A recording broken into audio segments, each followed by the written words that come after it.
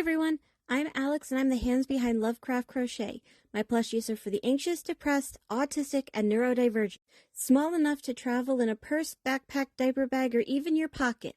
You can check out my Facebook page or TikTok to see what patterns are available and stay tuned for the new ones coming out. I also make hats, scarves, blankets, and dice bags for the tabletop gamer or dice goblin in your life. Feel free to order through the page, TikTok DMs, or via email at love.craft.crochet@gmail.com. Now, on to the segment. Due to the graphic and disturbing nature of the crimes discussed, listener discretion is advised. Retrostatic Radio presents Killing 15 Minutes. Hello and welcome to Killing 15 Minutes, where you get your true crime fix in 15 minutes or less, or your podcast is free. I'm your writer, Sam Rossi, and shortly I'll be handing over a rough draft of a script to my brother, AJ, who hasn't read it, who's most likely has no idea what we're talking about. This should be fun. Good luck, bro. Thanks, Sam. Now let's see if I'm still riding that caffeine high. Francisco Acevedo was born on September 2nd, 1968, in Meriden, Connecticut. He was one of 3 children. He moved in with his father after his parents divorced. According to court records, he abused drugs and alcohol by the age of 12. Dropping out of high school, his freshman year he worked a series of odd jobs. On July 3rd, 1986, he picked up a woman in his company truck in Meriden. He drove to a secluded spot, bounding her hands, blindfolding her before raping her. Afterwards, he fell asleep and she fled. He was arrested and sentenced to 10 years. He was released June 1988. There's a joke about guys, finishing, coming to completion, to be polite about it, and then falling asleep. And to me, this is... I don't want to make light of it. But the fact that he raped her and then took a nap is kind of fucking absurd. It is absurd. During the 1990s, he met his wife in Mount Vernon, New York. Oh, hey, I've been there. He was... I've known people who live there. Spoilers, everyone in New York knows each other. Feels that way, doesn't it? And generally, you can link anybody. New York is one of those 6 degrees of separation states where everyone knows everyone enough. Granted, I don't know if I know this person, obviously, because I'm not from the 60s. He was charged on November 11th, 1997 for 3rd-degree assault on his wife in Yonkers, New York. The charges were dismissed. He was arrested August 30th, 1998 for breaking his wife's nose. He was sentenced to 9 months in jail. On January 26, 2009, Acevedo popped his fourth... Is that supposed to say 4th? Yes. Jesus Christ. On January 26, 2009, Acevedo popped his 4th DWI drunk driving. He was in Brentwood, also in New York. While in prison, he gave his DNA for possible parole in 2011. Also, they're giving DNA for parole? If it's considered a non-violent offense. If they give their DNA up, it to get parole, you have to put a DNA up? If I understood it correctly, it was to help him get parole. If he volunteered his DNA, it looked good to the parole board. Well, shit. His DNA hit 3 unsolved murders in New York. Mary Ramos was murdered on February 5th, 1989 in Yonkers. She was 26. Twanda Hodges was killed on March 28th, 1991. She was 28. Kimberly Moore was murdered on May 24th, 1996. She was 30. Each victim was found naked and beaten, then posed after their deaths. Yonker investigators knew that the 3 murders were connected by DNA. Prior to the hits, Acevedo was not even on the radar. Acevedo pled not guilty. He did state that he did have sex with all 3 women, but had nothing to do with the murders. He was acquitted of rape as the women were known sex workers. Ah, yeah. That's a one we haven't heard in a while. You can't be raped, they're sex workers. He was found guilty of first-degree murder. Jury returned a verdict on the first day of deliberations. He was sentenced to 3.5 to life imprisonment. He was sent. Oh, was that 3.5 life imprisonments? Yes. To be served consecutively, meaning he must serve 75 years before eligible for release. He currently is serving his time at Green Haven Correctional Facilities, a maximum security prison in Beekman, New York. God bless DNA technology. But honestly, no, seriously. God bless DNA technology. Yeah. I know that a lot of people are like, humming and hawing about it. But let's be real here. The sheer invention of DNA has led to so much positive. So much stupidity because you've got people who are like, well, I've got DNA proof. Yeah, but DNA, who knows what DNA is? I believe it was O.J. Simpson, right? Who, they had the guy on the stand, he was explaining how DNA fucking works. Yes. However, because he was... It was still considered new. It was, air quote, new, and you had a scientist telling the scientific, this is how we know his DNA is linked. You know what I mean? Instead of just being like, yes, it's 100% match, or 98% match, or some shit like that. Yeah. It really turns into a matter of... But there's where people are stupid. Yes. You know what I mean? Because all you need is a... I know we're going off on OJ on this one, but it's the pageantry of it all. Mm-hmm.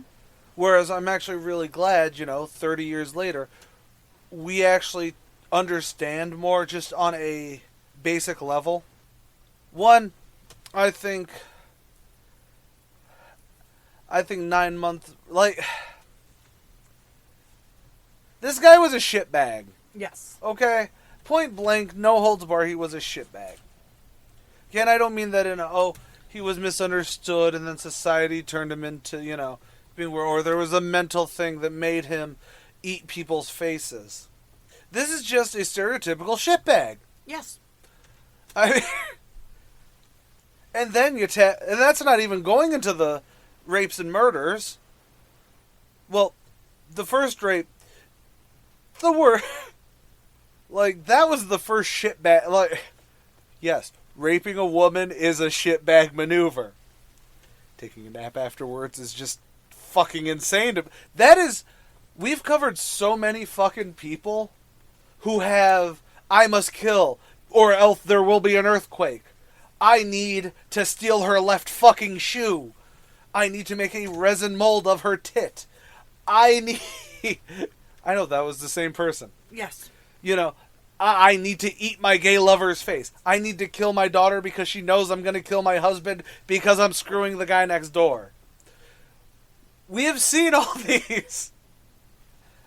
And that is what fucking shocks me. That is the one that makes me go, wow. I've made very offensive jokes on this, I admit. Yes. But how do you... Because you got to think on an adrenaline level. Right. Yes, sure, you just busted. But you've kidnapped a woman. You are in a company vehicle, so you're not even in your own vehicle. You have just raped a woman. The sheer amount of adrenaline... Now you could argue, adrenaline crash. Fine, maybe. But... I don't know. If it was an adrenaline crash, there's people that it literally knocks them out. I know, but at the same time... I don't understand it myself, so I... And we've covered things that... I've not justified. Don't get me... I'm not justifying anything. But we've been able to understand the weird-ass train of thought for some things. Yes. You know what I mean? I killed my wife, or I killed my daughter because she was going to tell my husband that I was going to kill my husband. So I had, my daughter knew, so I had to kill my daughter, so I would kill my husband so I could have my gay lover. But I had to kill his wife too. Shit like that. Yeah. It's stupid. It's insane. But you can at least understand the dominoes. The this to this to the... There is still a clear path. Yes. Even in the most fucked up people, there is at least... In their head, there's a clear path. However, this is a shitbag. Like... We've had people who have murdered dozens of gay guys and buried them on his farm. Yes. Or off the side of the highway. Yes. But he was a loving husband. And a good father. At least that's what I got out of it. Well, that's what I listened to a couple other things because I love hearing people talk about what we talk about in a more professional setting and not just them screaming, he's a shitbag for 10 minutes straight. Obviously, you haven't listened to Chin Illuminati recently. I did. And they actually had one of my favorite people from Dropout on this week. Or, not this week, I think it was last week's. I don't think I've listened to that. Jacob Wysocki. He's fucking funny. He was also really good in the Dimension 20. That's not the point. The point is that this is what I mean when it's like there's a clear line of circumstances inevitably lead to this. Yes. You know, like, again, to polish off a thing, he had repressed homosexuality, still needed to get his rocks off. Then, he would come about in, oh my god, I can't be gay, let's kill the guy. Right. Okay? That's bad. Killing is bad. But there's a logical train, even when the train is on the crazy tracks, there's still a train. Yes. Even people with pica is like, well, why do you eat all the fucking, I don't understand why you eat only toilet paper. Yeah, I think it's pica that makes you eat weird shit. Yes. And these are the people I actually hate the most. Obviously, number one is, any child predator, Yes. things involving kids I hate. But if we're talking about strictly on the killer level, and the murderers, killers, and shitbag levels, these are the people because it's not that they're sick in the head. I mean, they are sick in the head because they think that rape is okay, that murder is okay, that beating your wife is okay. But they don't, I mean, you could argue, well, he did drugs at an, age, that clearly must have hurt his brain chemistry. Right. It very well could have. But guess what? A lot of people did. And a lot of people didn't turn out to be shitbags to this extent. It's one of those things that these are the guys that piss me off because you can almost tell in their actions that they knew that nothing could hurt them. Okay? If you already get tried, the cops come because you beat your wife once. Mm-hmm. Okay? That should be a wake-up call to many people. Hey, don't fucking do it again.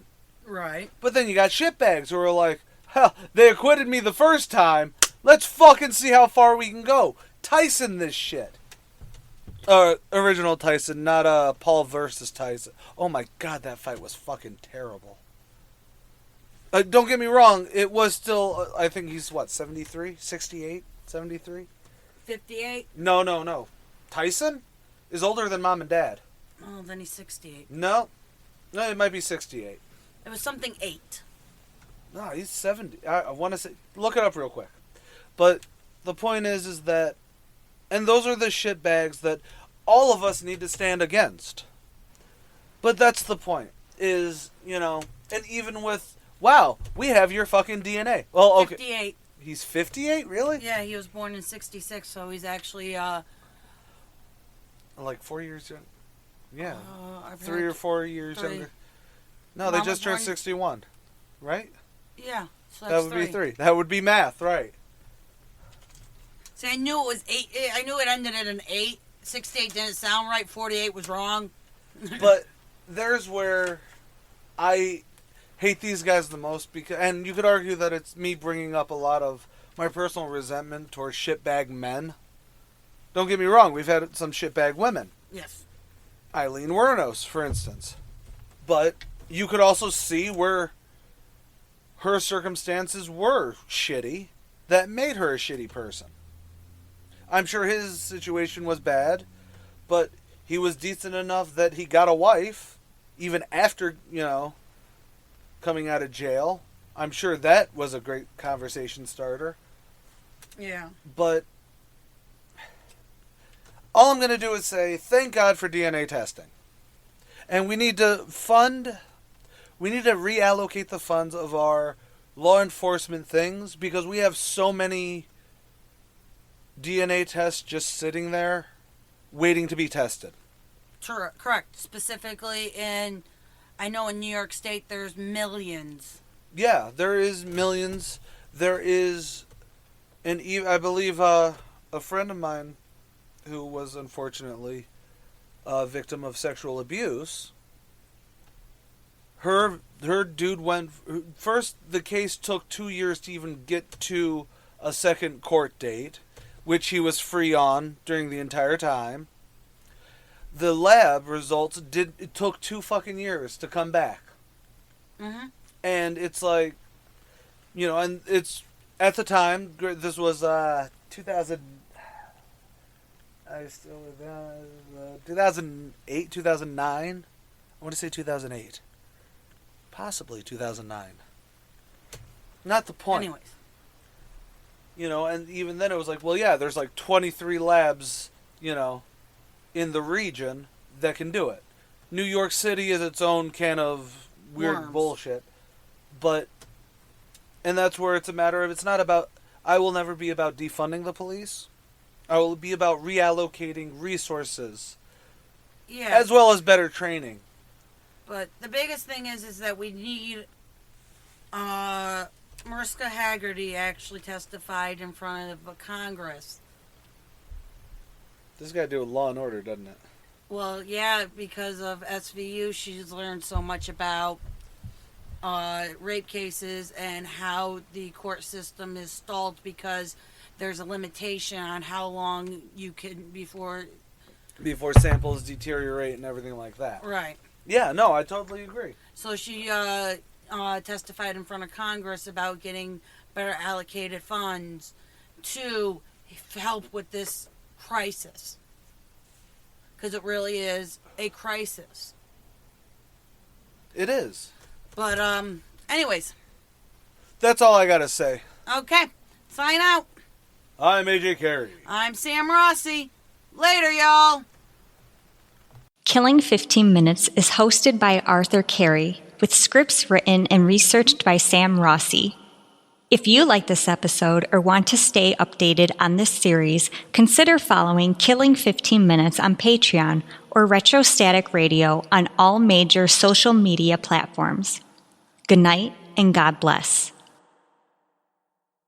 You're watching Retrostatic Radio. Wheel of Random is turn, turn, turn. Tell us the 15 minutes we shall learn. I'm Sam Rossi, writer and co-host of Randomly 15 Minutes, where the Wheel of Randomness gives me the topic and I write about it. I'm Megan Klodnicki, and I'm the host of Randomly 15 Minutes. I cold read what Sam writes and learn in real time about a random topic. You can find us on all major podcast platforms and YouTube. Follow us on Facebook at Randomly 15 Minutes to get more random facts.